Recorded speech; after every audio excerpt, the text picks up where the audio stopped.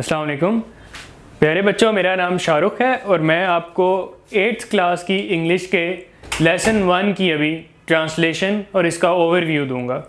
हमारा जो ये लेसन है इसका टाइटल है टॉलरेंस ऑफ द रसूल सल्लल्लाहु अलैहि वसल्लम।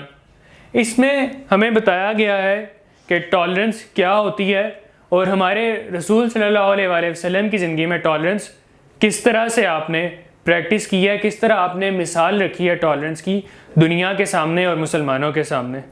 तो इसकी ट्रांसलेशन शुरू करते हैं। इसका पहला पैराग्राफ है, उसमें हमें बताया गया है कि टॉलरेंस क्या होती है। मैं आपको साथ साथ इसकी उर्दू भी बताता जाता हूँ और लिखता जाता हूँ। टॉलरेंस का मतलब होता है बर्दाश्त, सब्र व तहम्मुल। तो इसमें यह बताया गया है टॉलरेंस का मतलब है बर्दाश्त करना, सब्र और तहम्मुल इख्तियार करना उस वक्त जब आपको कोई मसला हो, कोई तकलीफ़ पहुँचे, कोई मुसीबत आप पे आ पड़े या फिर कोई ऐसी चीज़ जो आपको पसंद ना हो और आपको उसका सामना करना पड़े, तो आप सब्र व तहम्मुल और बर्दाश्त से उस चीज़ का मुकाबला करें। जब आप ऐसा कर रहे होते हैं तो आप टॉलरेंस या सब्र व तहम्मुल और बर्दाश्त का मुजाहरा करते हैं। इस दुनिया में सबसे बड़ी मिसाल टॉलरेंस की हमारे सामने हजूर पाक सल्लल्लाहु अलैहि वसल्लम की ज़िंदगी में हमने देखी। हजूर सल्लल्लाहु अलैहि वसल्लम एक अमली नमूना है टॉलरेंस का। आपने कभी भी किसी का बुरा नहीं चाहा और हज़रत आयशा रज़ी ताला अन्हा बताती हैं कि आपने कभी किसी से इंतकाम नहीं लिया, बल्कि आपने सब्र व तहम्मुल और बर्दाश्त का मुजाहरा किया। उसकी एक मिसाल जो हमें लेसन में दी हुई है, वो उसकी एक पहली मिसाल हमें लेसन में दी है, वो है अबू सुफियान और फ़तह मक्का का वाक़या। बुक में बताया गया है कि अबू सुफियान जो अब उस वक्त तक मुसलमान नहीं थे हुए, फ़तह मक्का के वक्त जब मक्का फ़तह हुआ तो अबू सुफियान जो इस्लाम के बदतरीन दुश्मन थे, इधर वर्स्ट एनिमी का वर्ड यूज़ आएगा पैराग्राफ नंबर 2 में। वर्स्ट एनिमी को उर्दू में कहते हैं बदतरीन दुश्मन।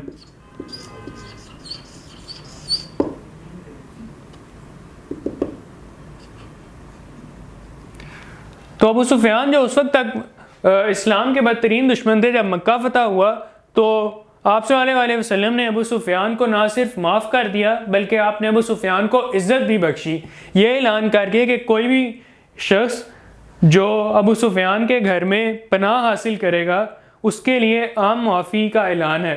आम मुआफ़ी या अमान और तहफ़्फ़ुज़ का ऐलान है। उसमें एक मुश्किल लफ्ज़ है रिफ्यूज। रिफ्यूज का मतलब पनाह हासिल करना होता है और दूसरा लफ्ज़ है इसमें एमनेस्टी। एमनेस्टी का प्यारे बच्चों मतलब है अमान या तहफ़्फ़ुज़ या फिर आम मुआफ़ी।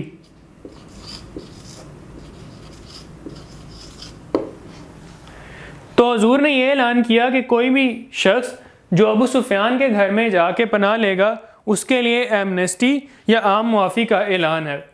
उसके बाद पैराग्राफ नंबर 3 में, तीसरे पैराग्राफ में हमें ताइफ का वाक़या बताया गया है। वो ये है कि अल्लाह के रसूल सल्लल्लाहु अलैहि वसल्लम जब ताइफ में इस्लाम की तबलीग करने के लिए गए तो ताइफ के लोगों ने आप पर पत्थर फेंके और हज़रत जिब्राईल अलैहिस्सलाम इस मौके पर हाजिर हुए और उन्होंने पूछा कि ए मोहम्मद सल्लल्लाहु अलैहि वसल्लम, कह दीजिए अगर आप ऐसा चाहते हैं तो मैं इनको तबाह कर दूंगा। रसूल सल्लल्लाहु अलैहि वसल्लम ने जवाब दिया कि ए रहम करने वाले अल्लाह, इनको सीधा रास्ता दिखा, क्योंकि इनको इल्म नहीं, ये मुझे पहचानते नहीं। बुक में एक वर्ड है इस पैराग्राफ में, रेकग्नाइज। रेकग्नाइज का मतलब है पहचानना। तो रसूल सल्लल्लाहु अलैहि वसल्लम ने फरमाया कि अल्लाह ये मुझे पहचानते नहीं, इनको सीधा रास्ता दिखा। अल्लाह इनको बता कि मैं इनका वेल विशर हूँ। वेल विशर का मतलब होता है मुखलिस।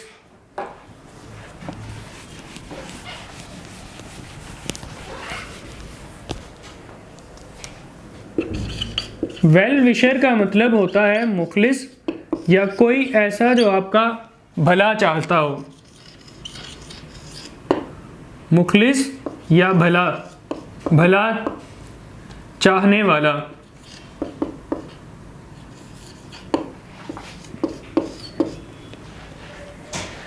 और उसके बाद रसूल सल्लल्लाहु अलैहि वसल्लम ने, वो हमें किताब में बताता है कि रसूल सल्लल्लाहु अलैहि वसल्लम ने अपनी तमाम ज़िंदगी में टॉलरेंस, सब्र तहम्मुल और बर्दाश्त का मुजाहरा किया। जब भी आपके दुश्मनों ने आपको तंग किया तो आपने सब्र तहम्मुल का मुजाहरा किया। एक लफ्ज़ बुक में आया है ट्रबल्ड। ट्रबल का मतलब होता है तकलीफ़ देना, तकलीफ़ पहुंचाना।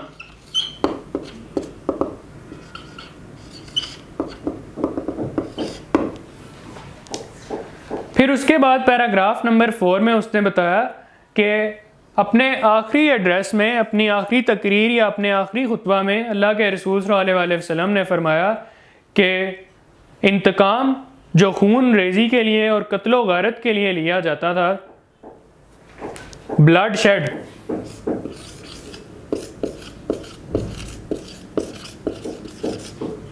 ब्लड शेड कहते हैं कत्लो गारत को,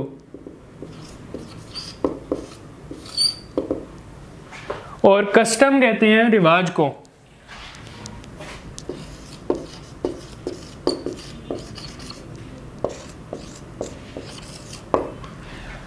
अल्लाह के रसूल ने फरमाया कि जो कस्टम या जो रिवाज इस्लाम से पहले था कि इंतकाम के लिए ब्लड शेड, कत्लो गारत किया जाता था, इस्लाम के पहले के दिनों में, वो अब मना कर दिया गया है। मना करने के लिए उसने लफ्ज़ यूज़ किया है फॉरबिडन। फॉरबिडन का मतलब होता है मना कर दिया गया। और फिर आखिरी पैराग्राफ में, बल्कि इसी पैराग्राफ में उसने एक वाक़या बताया कि आप सल्लल्लाहु अलैहि वसल्लम के सहाबी थे हज़रत अनस बिन मालिक रज़ियल्लाहु अन्हु। उन्होंने ये कहा कि मैंने अल्लाह के रसूल सल्लल्लाहु अलैहि वसल्लम की 10 साल खिदमत की, लेकिन इन 10 सालों में अल्लाह के रसूल ने मेरे कभी किसी काम को जो मैंने किया या जो मैंने कहा उसको ऑब्जेक्ट नहीं किया। ऑब्जेक्ट का मतलब प्यारे बच्चों होता है एतराज़ करना।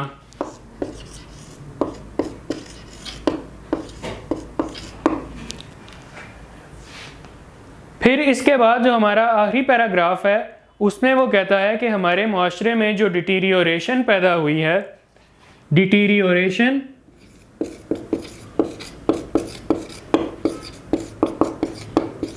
डिटीरियोरेशन कहते हैं किसी चीज़ में बिगाड़ पैदा होना। तो आखिर में वो कहता है कि हमारे मुआशरे में जो डिटीरियोरेशन पैदा हुई है उसका, और जो लड़ाई झगड़ा हमारे मुआशरे में है उसका बेहतरीन हाल ये है कि उसकी वजह ये है कि हमारे मुआशरे में टॉलरेंस और सब्र और तहम्मुल और बर्दाश्त की कमी है। तो इस लानत से हम छुटकारा पा सकते हैं अगर हम अपने प्यारे रसूल सल्लल्लाहु अलैहि वसल्लम की मिसाल को फॉलो करें। अब यहाँ पे उसने वर्ड जो यूज़ किया है लानत के लिए, वो मैनेस यूज़ किया है।